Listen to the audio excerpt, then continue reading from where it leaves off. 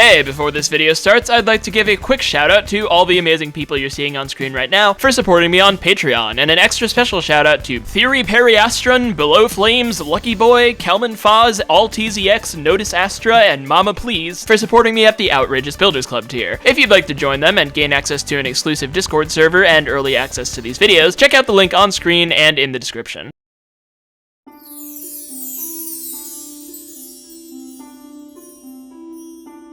On October 22nd, 2007, a 14-year-old kid by the name of Luke Weber joined Roblox under the handle StickMasterLuke due to his passion at the time of creating stick figure animations on YouTube. At that time, Roblox itself was very new, only having existed for 3 years, with 2 of those years being private beta testing. It didn't have much to offer its audience of young gamers aside from a bunch of poorly built virtual worlds made out of plastic Lego bricks. And yet, that was more than enough to captivate the minds of some kids, especially Luke, who, just a few weeks after joining Roblox, had already purchased Builders Club for his account and created 10 games, maxing out the Builders Club place limit that existed at the time. And although he didn't know it yet, one of these games was set to change the course of Roblox history forevermore.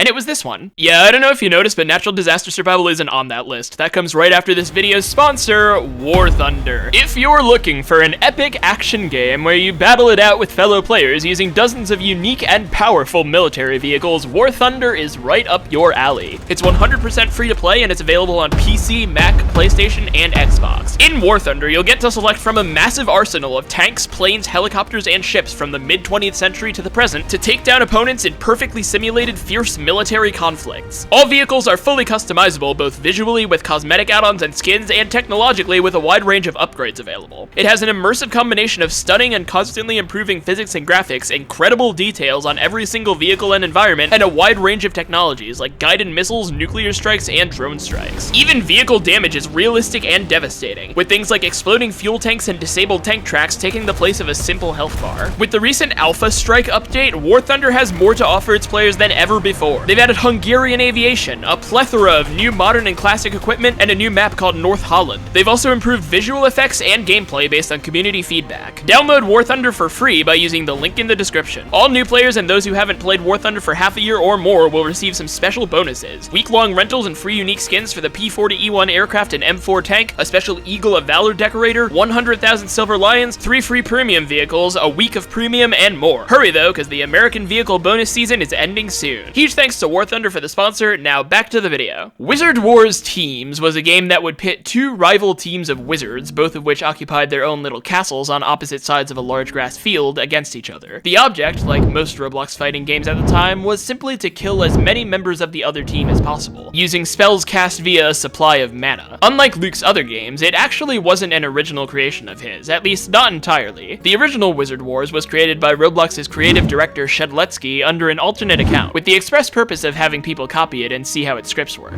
Luke simply added another team and replaced all the catapults and whatever the heck this thing is with a second castle for the second team. And for some miraculous reason, this was enough to get Luke his first ever popular game, at least by his definition of popular back then, which was a double-digit concurrent user count. Wizard Wars Teams netted a grand total of just under 14,000 visits by July of 2008. Small potatoes compared to the likes of Ultimate Paintball, which had over 300,000 by then, but for 2008, it was nothing to sneeze at. But repeatedly killing other players is a pretty simple and repetitive mechanic, and a game where that's all you do can't stay popular forever. Luke wanted to create bigger, better, and more successful games, but remember, he'd already maxed out the limit of active places he could have long ago. The only way he could create a game better than Wizard Wars Teams at this point was by replacing it with a new game. So that's what he did. Wizard Wars Teams was permanently wiped off Roblox and replaced with a new game called Medieval Clash, a game where 2 rival teams of medieval knights would don suits of armor and swords and try to kill as many rival team members as possible. And wait a minute, this is just Wizard Wars without the spells, isn't it? Doesn't really matter though, because Medieval Clash did numbers, much more than Wizard Wars Teams ever did. By the beginning of 2010, it had exploded to 200 200,000 visits, and likely somewhere around mid-2011, it surpassed 400,000. Like I said before though, repeatedly killing other team members is a pretty repetitive mechanic. By late 2011, Luke had already made a sequel to Medieval Clash called Medieval Clash Perfected, and renamed the original game to Medieval Clash Old Original. This perfected version had already hit over 630,000 visits around the same time that the original was hovering around 400,000. Also, Luke had literally been hired to work at Roblox as an administrator by this point, and still holds that position today actually, so the games on his account had to be top tier. It seemed that Medieval Clash Original had hit its peak, and it was time once again to replace it with a new game. And that's where things get interesting. To understand how natural disaster survival came to be, you must first understand that it was actually kind of already a thing. Games such as the Tsunami Hazard Zone, where you had to survive a tsunami on a coastline with random structures on it, survive the Rising Lava, where you had to survive rising lava in a tall house, and Storm Chasers, where you had to survive giant tornadoes around a countryside map, were quite popular at the time. Natural disaster survival games made up a whole genre on Roblox, encompassing several different very popular games. But each of these games faced the same problem, which is that surviving the same exact disaster time and time again gets boring. Randomized maps can only do so much to prevent this. At the end of the day, simply surviving a tsunami time and time again is very repetitive, and a game like that is doomed to die out at some point. But what if you randomized not only the map, but the disaster itself as well? It was this line of logic that led StickMasterLuke to begin work on a new game that he called Disaster Testing, and then, shortly afterward, renamed it to Natural Disaster Survival. Upon the game's release, there were 8 different maps that you had the potential to spawn in. Trailer Park, Surf Central, Sunny Ranch, Rakish Refinery, Glass Office, Fort Indestructible, Sky Tower, and Happy Home.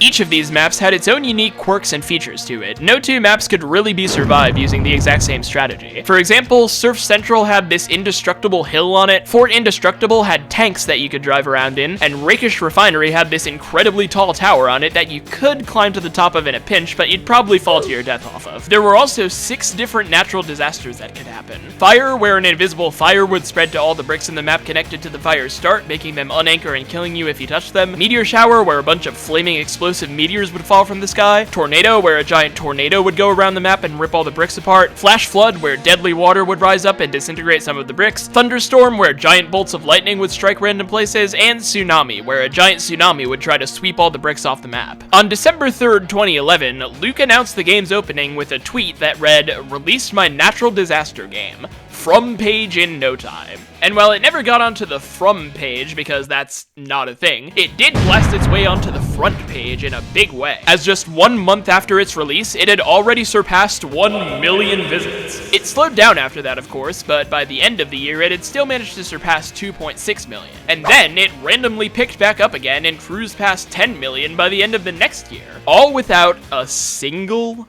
meaningful update.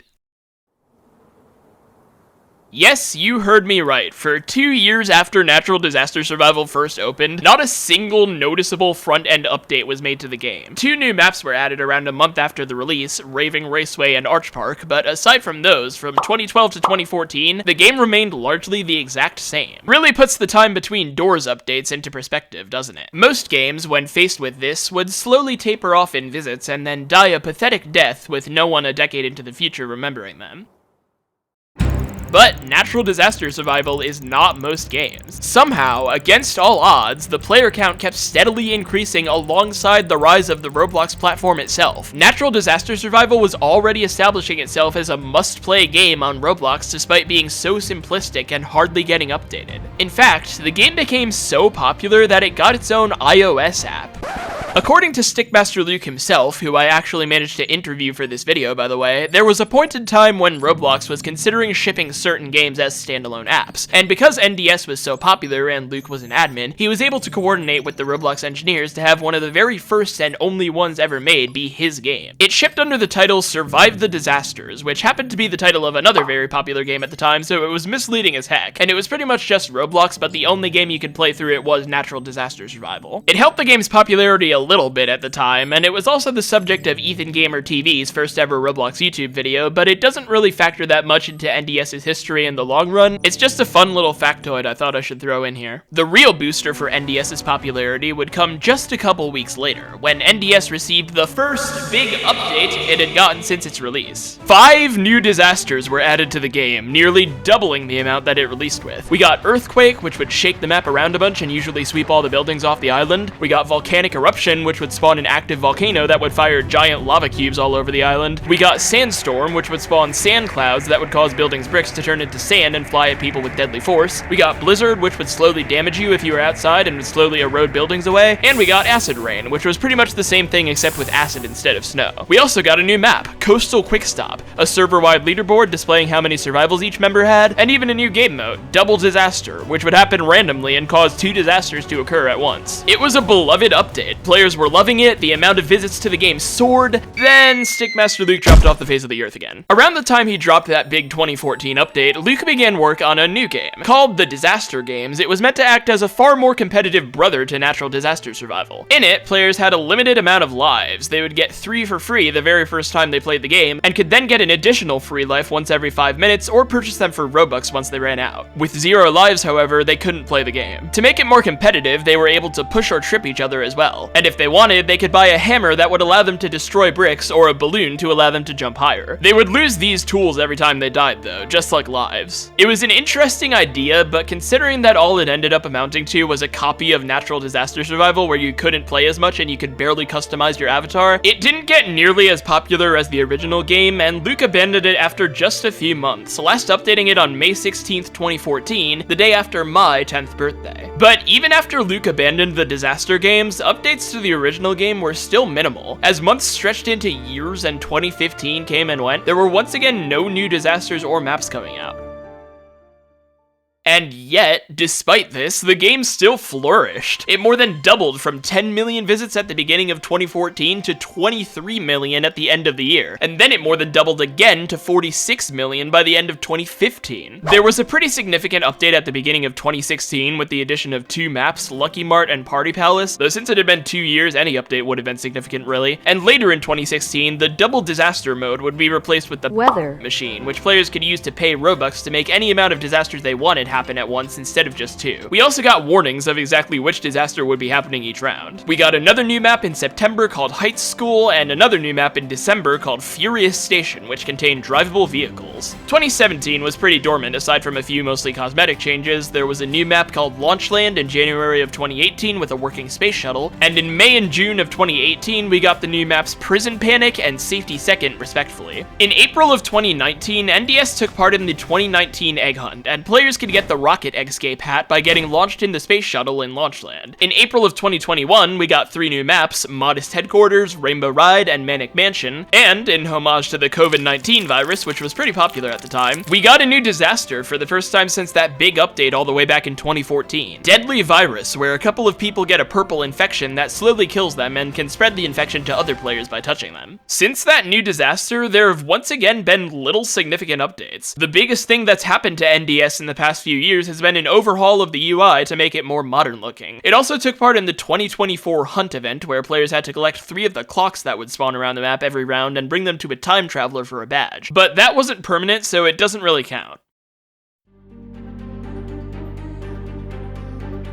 So, now comes the question. There have been many Roblox games over the years that stopped updating for anywhere from a couple of years to a couple of months and completely died off as a result. And there have been just as many Roblox games over the years that have kept consistent with updates and still died out despite that. StickMasterLuke is a well-paid Roblox admin. He doesn't need the income from his Roblox games to help him stay afloat, so it's no wonder why he doesn't update them much. But natural disaster survival is just seemingly built different. No matter how infrequently it's gotten major updates over the years, it's stayed popular, scaling in concurrent players as more and more new players joined Roblox. In terms of concurrent users, it still ranks well within the top 50 games on Roblox, usually pulling an average CCU count of 8 to 12,000 players. How, in 2024, nearly 13 years after its opening, is this incredibly simple game about surviving 12 different disasters on 22 different maps still so incredibly popular? Well, This is one of the questions I actually asked StickMasterLuke, and he responded, quote, "What I believe makes NDS stand up over time is its simplicity and strong core game loop. It is quick and easy for people to understand what the game is about and how it works. There are very few things in the lobby and very few things to purchase. What keeps people playing are the combinatorial factors which make every round unique. Random disaster plus random map plus unpredictability of people you play with. There are many other factors that help the game too, though. It's a great social hub for casual play with friends and meeting new people on Roblox. It also maintains a basic art style, which people often associate with nostalgia of classic Roblox experiences. Yes, as it turns out, the simplicity of this game is actually the game's whole appeal. With how complex and realistic Roblox games have gotten nowadays, it's easy to forget that not every Roblox game has to be frontlines to be good. Every gaming platform needs simple games that you can enter to turn your brain off for a while, chat with friends, and not worry too much about learning how to play. Natural disaster survival not only fits this bill, but with its lengthy history, it's also become a Roblox icon, being referenced in official Roblox media and being remembered by a lot of former Robloxians as one of their favorite childhood games. It may only feature a relatively small amount of maps and disasters, but it's just enough randomness to guarantee that each round will never be quite the same. All of this, the lengthy history, easy recognizability, the randomness, the simplicity, combined with a god-tier amount of luck, makes for a juggernaut of a Roblox game that I honestly don't think we'll see completely die anytime soon. He may be infrequent, but StickMasterLuke is planning on continuing to update the game for the foreseeable future, and he loves hearing how NDS has impacted the people of Roblox's lives and what it means to them. As the human experience grows increasingly stressful and complex, there will always be a market for simple, nostalgic fun. On Roblox, natural disaster survival has that market cornered, and to be honest, I can't really think of any game I'd rather have take its place.